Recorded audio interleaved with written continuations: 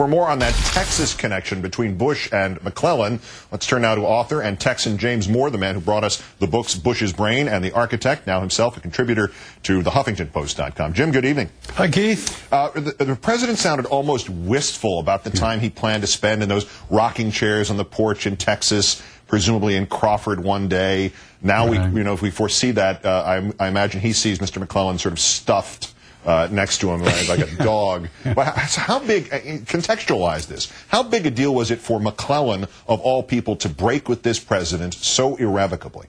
I think what people need to understand, Keith, is the historical context of Scott's relationship with all of those folks, and that will also explain in many ways their extreme reaction today. Scott was set up, when this campaign was teed up, he was set up as the cipher. He was the vessel that they filled up with just enough information to answer a question, but no more. So when Karl Rove and Joe Albaugh and Karen Hughes and Danny Bartlett and the rest of the gang didn't want to talk to reporters, they would say, well, go talk to Scotty. And Scotty technically knew nothing then.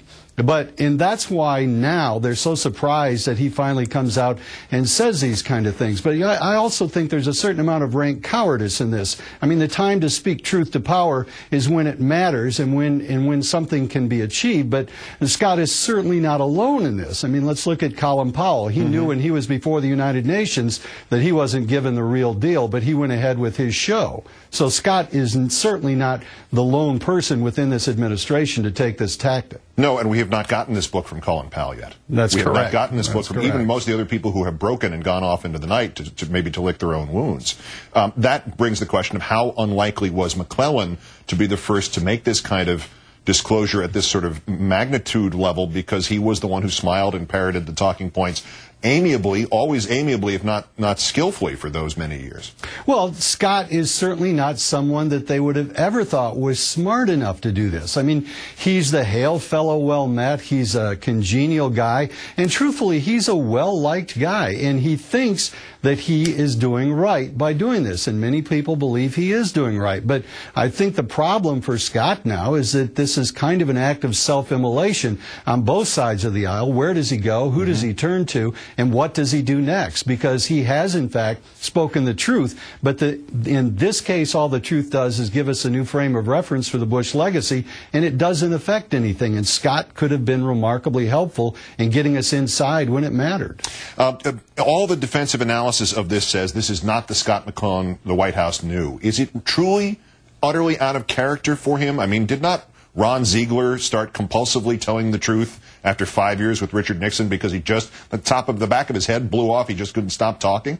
Well, Scott, Keith, is a good guy who is doing his job, and that's the problem.